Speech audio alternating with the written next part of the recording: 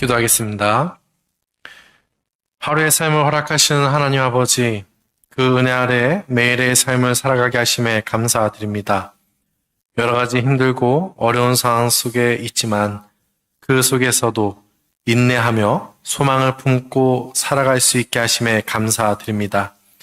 이 시간 하나님을 사모하는 자에게 주어지는 은혜가 넘치게 하시고 세상이 줄 수 없는 하나님의 평안 가운데 거하고 있음에 감사하는 삶을 살아갈 수 있도록 인도하여 주옵소서. 우리가 감당할 수 없는 일들을 하나님께 맡김으로 인해 하나님의 살아계심과 항상 함께 하심을 깨달아 알게 하시고 하나님과 동행하며 살아가기에 그리스도인답게 강하고 담대함으로 매일의 삶을 살아갈 수 있도록 인도하여 주옵소서. 교회 학교 행사가 비대면으로 진행되고 있습니다. 다음 세대가 신앙 안에서 든든하게 세워지게 하시고 충만한 은혜와 영적 부흥이 임하는 시간 되도록 주관하여 주옵소서. 우리의 힘으로 할 수 없지만 하나님께서 가장 선하신 길로 인도하여 주옵소서. 비대면 예배로 인해 어려워하는 성도들이 있습니다. 그들의 삶의 자리에서 더욱 하나님과 긴밀한 교제를 이루게 하시고 세상의 유혹과 시험에 넘어지지 않게 하시고 진리 위에 굳게 서서 흔들리지 않는 믿음으로 더욱 복음을 증거하는 삶을 살아갈 수 있도록 인도하여 주옵소서. 이 시간 하나님의 말씀을 함께 나눌 때에 깨닫는 은혜를 주사 알게 하시고 기도함으로 나아갈 때 가장 좋은 곳으로 응답하여 주옵소서. 이 시간을 복되게 하여 줄 줄 믿고 예수님의 이름으로 기도드립니다. 아멘. 오늘 함께 나눌 말씀은 예레미야 44장 1절에서 10절까지의 말씀입니다. 예레미야 44장 1절에서 10절까지의 말씀을 제가 봉독하도록 하겠습니다. 구약성경 1122면에 있습니다. 제가 1절에서 10절까지 봉독하겠습니다. 애굽 땅에 사는 모든 유다 사람 곧 믹돌과 다바네스와 놉과 바드로스 지방에 사는 자에 대하여 말씀이 예레미야에게 임하니라. 이르시되 만군의 여호와 이스라엘의 하나님께서 이와 같이 말씀하시니라. 너희가 예루살렘과 유다 모든 성읍에 내린 나의 모든 재난을 보았느니라. 보라, 오늘 그것들이 황무지가 되었고 사는 사람이 없나니 이는 그들이 자기나 너희나 너희 조상들이 알지 못하는 다른 신들에게 나아가 분향하여 섬겨서 나의 노여움을 일으킨 악행으로 말미암음이라. 내가 나의 모든 종 선지자들을 너희에게 보내되 끊임없이 보내어 이르기를 너희는 내가 미워하는 이 가증한 일을 행하지 말라 하였으나 그들이 듣지 아니하며 귀를 기울이지 아니하고 다른 신들에게 여전히 분향하여 그들의 악에서 돌이키지 아니하였으므로 나의 분과 나의 노여움을 쏟아서 유다 성읍들과 예루살렘 거리를 불살랐더니 그것들이 오늘과 같이 폐허와 황무지가 되었느니라. 만군의 하나님 이스라엘의 하나님 여호와께서 이와 같이 말씀하셨느니라. 너희가 어찌하여 큰 악을 행하여 자기 영혼을 해하며 유다 가운데에서 너희의 남자와 여자와 아이와 젖 먹는 자를 멸절하여 남은 자가 없게 하려느냐. 어찌하여 너희가 너희 손이 만든 것으로 나의 노여움을 일으켜 너희가 가서 머물러 사는 애굽 땅에서 다른 신들에게 분향함으로 끊어버림을 당하여 세계 여러 나라 가운데에서 저주와 수치거리가 되고자 하느냐. 너희가 유다 땅과 예루살렘 거리에서 행한 너희 조상들의 악행과 유다 왕들의 악행과 왕비들의 악행과 너희의 악행과 너희 아내들의 악행을 잊었느냐. 그들이 오늘까지 겸손하지 아니하며 두려워하지도 아니하고 내가 너희와 너희 조상들 앞에 세운 나의 율법과 나의 법규를 지켜 행하지 아니하느니라. 아멘.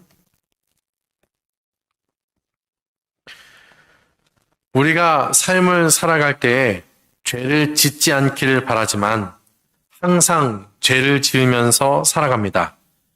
그렇다고 이것을 당연히 여기며 살아갈 수 없습니다. 왜냐하면 그리스도인으로서 우리 마음 가운데 성령 하나님이 함께 하심으로 인해 죄를 지은 것에 대한 책임을 느끼고 더욱 죄를 짓지 아니하는 삶을 갈망하기 때문입니다. 그래서 우리가 왜 계속해서 죄를 지으며 살아가는지에 대한 구체적인 고민을 할 필요가 있습니다. 죄성이 있다고 그렇다고 해서 그냥 당연히 죄를 짓는 것이다라고 생각하기보다는 구체적으로 어떤 모습들이 우리에게 있기에 죄를 짓는지 생각해야 합니다. 그렇게 할 때 그것을 경계하고 조심하여 더욱 하나님의 자녀답게 살아갈 수 있을 것입니다. 오늘 본문이 왜 죄를 짓는지에 대한 이유를 가르쳐 주고 있는 본문입니다. 먼저 44장의 내용의 배경을 말씀드리겠습니다. 37장에서 39장까지는 유다왕 시드기야가 즉위했을 때부터 예루살렘이 폐허가 되고 유다가 완전히 망할 때까지의 모습을 보여주고 있습니다. 이 시기에 예레미야는 신실하게 하나님의 말씀을 증거하면서 많은 핍박을 받고 구덩이에 갇히기도 했습니다. 예레미야는 시드기야 왕에게 이제 심판의 때가 되었고 바벨론 앞에서 항복할 것을 권유하고 만약 그렇게 하지 않으면 멸망하게 될 것이라고 전했습니다.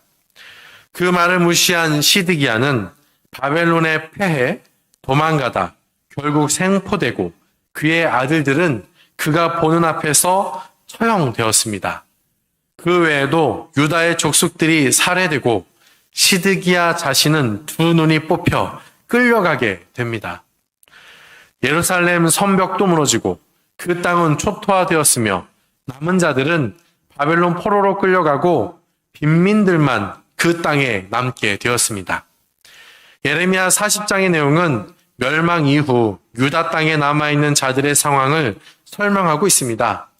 이들에게 아직 믿음의 시련이 끝나지 않았습니다. 바벨론 왕은 그다랴를 유다 총독으로 세워 다스리게 합니다. 그때에는 회복의 조짐이 보였습니다. 그런데 왕족이었던 이스마엘이 그다랴를 암살하고 암몬으로 도망가게 됩니다. 그것이 40에서 41장의 내용입니다. 그러자 바벨론의 보복을 두려워한 유다의 난민들은 애굽으로 도망가려고 했습니다. 근데 도망가기 전에 그들이 예레미야에게 하나님의 뜻을 구하고 예레미야는 그들에게 이야기를 해줍니다. 바벨론 왕을 두려워하지 말고 본래 살던 유다 땅에 남아있으라는 하나님의 명령을 전합니다. 그리고 그들이 하나님의 말씀을 어기고 애굽으로 간다면 그곳에서 칼과 기근과 전염병으로 죽게 될 것이라고 경고합니다. 이 경고가 42장의 내용입니다. 그런데 43장을 보시면 그들은 유다 땅에 머물러 있으라고 말씀하신 하나님의 명령에 불순종하고 바벨론 아래에 있지 아니하고 애굽으로 도망갑니다. 이들은 하나님의 약속을 믿기보다 애굽의 힘을 의지합니다. 그들의 이런 행동은 하나님의 말씀을 거역한 행동입니다. 그래서 하나님의 말씀대로 그들이 애굽으로 도망쳤기에 그들에 대한 심판을 선언하십니다. 애굽에서 죽게 하시고 애굽도 바벨론 앞에서 굴복하게 하실 것이라고 말씀하십니다. 예레미야가 애굽으로 도망간 하나님의 백성들을 향해 심판을 선언한 그 시작점이 바로 오늘 본문의 내용입니다.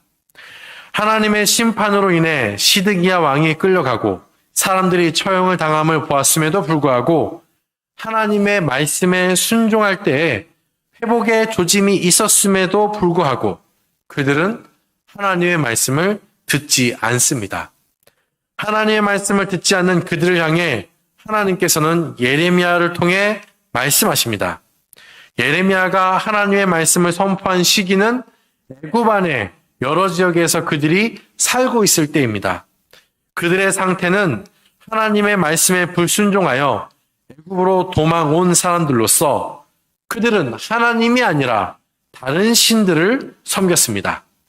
다른 신들에게 나아가 분향하며 섬깁니다. 다른 신을 섬기는 것은 그들의 조상 때도 그러했고 지금도 그들의 죄는 동일했습니다. 그들은 여전히 깨닫지 못합니다. 예루살렘은 폐허가 되었고 느부갓네살의 진노를 피해 달아나는 상황 속에서 하나님의 백성은 하나님을 의지하는 것이 아니라 여전히 다른 신, 애굽 땅의 신들을 숭배합니다. 그들을 향해 하나님께서는 예레미야를 통해 경고하고 계신 것입니다. 심판을 선언하십니다. 그리고 그 심판을 선언하실 때에 그들이 왜 그렇게 죄를 짓게 되었는지를 진단해 주십니다. 이 진단을 통해서 우리가 어떻게 죄를 짓게 되는지 또한 알 수 있는 것인데요. 5절을 보시면 듣지 아니하고 귀를 기울이지 않았다라고 말씀하십니다. 전에 조상들이 죄를 지은 것으로 인해 어려움을 겪었던 것에 대해서 그들은 까맣게 잊고 살아갑니다. 흘러온 역사 속에서 그들은 깨달았어야만 했습니다. 죄를 지으면 안 된다는 깨달음이 있어야 했는데 전혀 깨닫지 못합니다. 그 이유는 어쩔 수 없어서가 아닙니다. 하나님은 예레미야를 통해 말씀하십니다. 그리 살아가지 못하는 이유는 곧 듣지 아니하고 귀를 기울이지 않는 이유는 그 이유는 바로 겸손하지 못해서입니다. 하나님을 두려워하지 않아서입니다. 다르게 말하면 교만 때문인 것이죠. 교만함으로 인해 하나님의 말씀이 들리지 않습니다. 완악함으로 인해 그 말씀에 귀를 기울이지 않습니다. 예를 들어서 어떤 사람이 앞으로 어떻게 하면 좋겠다고 좋은 조언을 한다고 생각해 보십시오. 아무리 좋은 이야기를 해줘도요, 그 말을 듣는 당사자가 자신이 생각하기에 나는 잘하고 있고 좋은 조언을 하는 사람의 이야기를 들어도 나한테는 적용이 안 되고 나에게는 소용없는 조언이야 라고 생각하면 그 말은 들리지 않고 그 조언은 그 사람에게 어떤 변화도 주지 못합니다. 상대방이 한 말을 무시하고 도리어 살아가죠. 이것이 바로 교만입니다. 교만하여 그 말을 마음에 두지 않습니다. 이 모습을 오늘 말씀에서는 하나님 앞에서 겸손하지 아니하고 두려워하지 않았기 때문이라고 말씀하고 있습니다. 이것이 계속해서 죄를 짓게 된 다른 신을 의지하고 다른 것을 의지하며 살아가게 된 원인 중 하나인 것입니다. 하나님께서는 결정적인 순간에도요, 하나님의 백성인 그들에게 어려움 속에서 도피처를 마련해 주셨습니다. 바벨론의 통치 아래에 유다 땅에 그대로 있으라고 한 것입니다.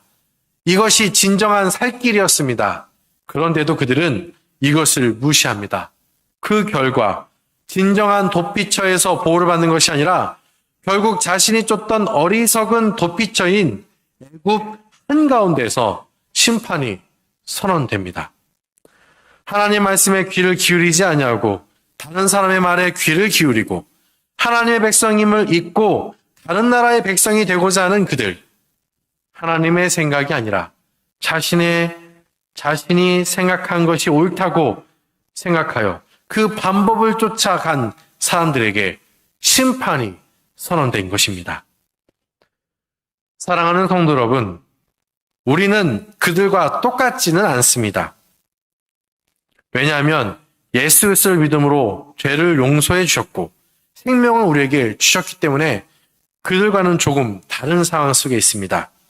그 생명을 받은 자로서 합당하게 우리는 죄를 짓지 않도록 우리는 최선을 다해야 하고 그런 마음이 있어야 합니다. 또한 성령 하나님께서 우리를 도우셔서 그 길로 가게끔 되어 있습니다. 그런데 그때에도 항상 우리는 이들과 비슷하게 죄를 짓게 됩니다. 반복하게 됩니다. 하나님께 영광을 돌리며 하나님을 증거함으로써 살아가는 자가 되어야 하는데 그리 살아가지 못할 때가 있습니다. 우리의 착한 행실을 보고 하늘에 계신 하나님 아버지께 영광을 돌리게 하는 것이 우리의 인생인데 그렇게 할 때 하나님께 온전한 영광이 되는데 그리 살아가지 못할 때가 있죠. 그때 주시는 메시지가 바로 이것입니다. 그렇게 살아가기 위해서 죄를 짓지 않고 살아가기 위해서는 우리는 겸손해야 한다는 것이죠. 특히 중요한 것은요. 이 겸손함이 언젠가 겸손해지겠지 이것이 아니라 바로 오늘 지금 겸손해야 한다라는 겁니다. 오늘이 중요한 겁니다. 전에는 겸손했어도 오늘 겸손하지 않는다면 하나님의 말씀이 귀에 들리지 않습니다. 하나님의 말씀이 귀에 들려도 무시할 수 있습니다. 성령 하나님께서 깨닫게 하려고 하지만 죄로 인해서 우리가 그 말을 듣지 않으려고 할 때도 있습니다. 그러면 결국 지금 죄를 짓게 되는 것이죠. 전에 했던 잘못을 지금 또 저지르게 되는 것입니다. 완벽하게 순종할 수는 없지만 오늘 하나님의 말씀에 계속해서 귀를 기울이고 현재 그렇게 살아가고자 한다면 과거의 잘못에 대해서는 회개할 수 있고요. 지금 새롭게 말씀 앞에서 합당한 삶으로 시작할 수 있는 것입니다. 하나님께서 오늘 본문에 애굽 땅에 사는 하나님의 백성들에게도요, 심판이 선언하게 된 이유는 그들이 만약에 이러한 선언이 있었을 때 겸손하게 하나님 앞에 나아갔으면 됐습니다. 하지만 뭐라고 말합니까? 오늘까지 겸손하지 않았기 때문이다라고 말하고 있습니다. 그들이 만약 오늘 겸손해져서 회개한다면 그들에게는 회복의 기회가 주어졌을 것입니다. 그런데 오늘까지도 그렇게 하지 않았기에 심판이 주어진 것이죠. 우리에게 주어진 시간은 오늘입니다. 오늘 그 말씀에 반응하고 생각하며 그에 합당한 행동이 우리에게 있어야 합니다. 과거는 중요하지 않습니다. 과거의 잘못은 회개하면 됩니다. 중요한 것은 지금 현재입니다. 오늘 내가 어떤 상태에 있느냐가 중요한 것이죠. 겸손한 자로서 자신의 생각을 버리고 오늘 하나님의 말씀을 듣고 묵상하고 순종하여 오늘 하나님의 영광을 나타내는 자로 살아가기를 소망합니다. 오늘 말씀을 생각하시면서 기도하시고 각자 개인 기도함으로써 규례를 마치도록 하겠습니다. 기도하시겠습니다.